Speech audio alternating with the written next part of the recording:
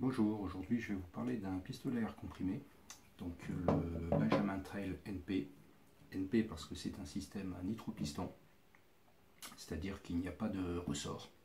C'est un piston qui est rempli de gaz, qui se comprime lorsque vous armez le pistolet en basculant le canon.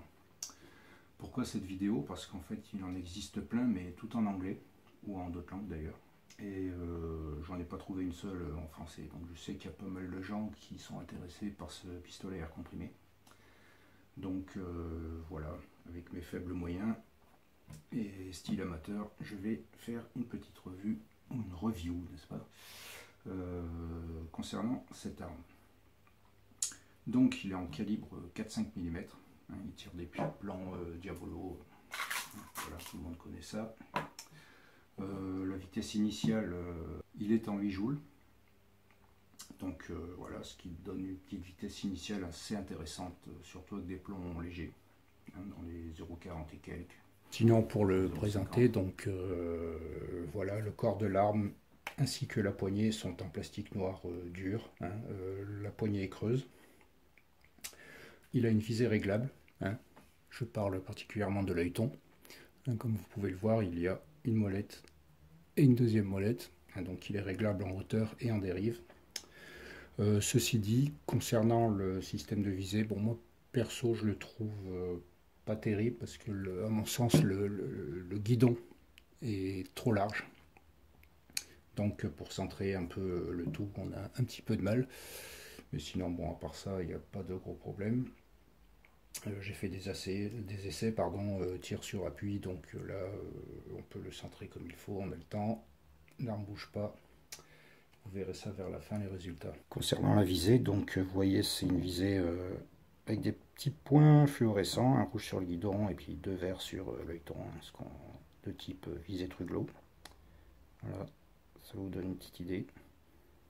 Bon, ça je pense que c'est pour faire style, parce que bon, comme je vous le disais tout à l'heure, c'est pas ce qu'il y a de mieux, du moins sur cette arme, hein, parce que le guidon étant trop large, on n'arrive pas bien à aligner tout ça. Enfin bon, c'est pas bien grave, on s'habitue aussi. Donc il est également doté d'un manchon en plastique dur, lui aussi. Hein, il s'enlève. Voilà. Ce n'est pas du tout un réducteur de son silencieux, comme on dit. C'est juste un manchon qui rallonge en fait le canon pour pouvoir mieux armer le pistolet. Parce que là, si vous voulez, il est quand même relativement court. Et vu la patate qu'il a, ce petit pistolet, pour armer, c'est assez musclé, c'est assez sportif. Donc en fait, moi, le manchon, je le laisse à demeure sur l'arme. Hein, je le laisse tout le temps, parce que s'il faut l'enlever et le remettre à chaque fois qu'on arme, ça devient vite lassant. En plus, bon, niveau esthétique, bon, ça rajoute un petit plus. Voilà. Donc pour le mettre, c'est très facile. Voilà, c'est fait.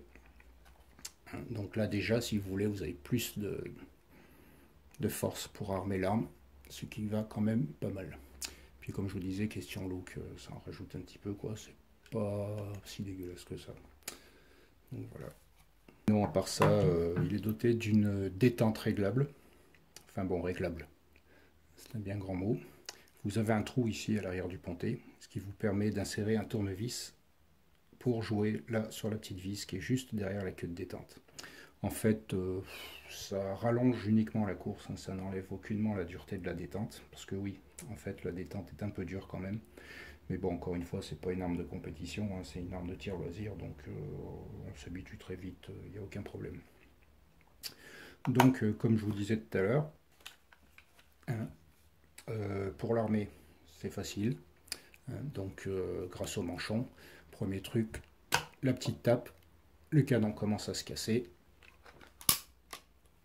Vous finissez le petit plomb qui va bien. Hop. Voilà. L'arme est prête à tirer. Ce que je vais faire de suite. Donc, l'arme est pointée vers la cible. Je peux enlever la sécurité. Et c'est parti.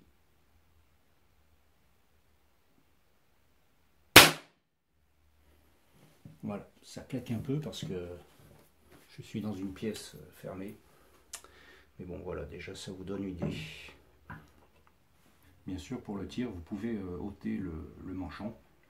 Mais moi je le laisse, déjà ça évite de le faire, hein, de le remettre et de l'enlever à chaque fois qu'il faut armer l'arme, ça devient un peu lassant. Moi je le laisse parce que bon, il est très bien comme ça, et puis esthétiquement, bon voilà, ça fait un peu style silencieux, tout ça quoi.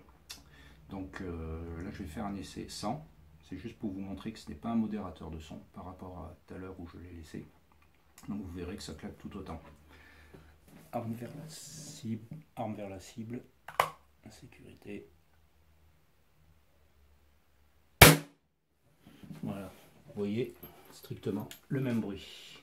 Donc voilà, pour résumer, c'est un petit pistolet air comprimé intéressant. Hein. Encore une fois, c'est pas fait pour du tir sur... Enfin, c'est pas une arme de compétition. Hein. On peut tirer sur cible à 10 mètres, hein, c'est la distance généralement employée pour ce type d'arme. Il est capable de faire des groupements honorables à cette distance, hein, vous verrez tout à l'heure, je posterai des photos. Donc il est en 8 joules, donc je pense que la vitesse initiale avec des plans standards pour cette puissance dans les 0,45, 0,46 grammes, ça doit avoisiner les 160 mètres secondes et des poussières. Et non, ben, très bien, voilà, donc c'est pas grand chose. Donc une arme très intéressante hein, pour tirer en intérieur par exemple. Ça fait pas de bruit, ça dérange pas les voisins. Pour du plinking, voilà, du tir loisir. Mais vous verrez, hein, je vais poster des photos de mes cartons que j'ai réalisés lors de mes essais à 10 mètres. Les résultats sont encourageants. Hein. J'ai pas fini d'ailleurs les essais, mais les deux photos que vous verrez déjà à 10 mètres, c'est honorable. Donc voilà, j'en ai fini. Hop.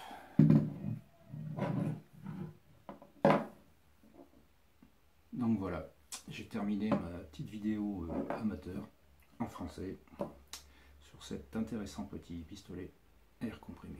Je vous remercie et à bientôt.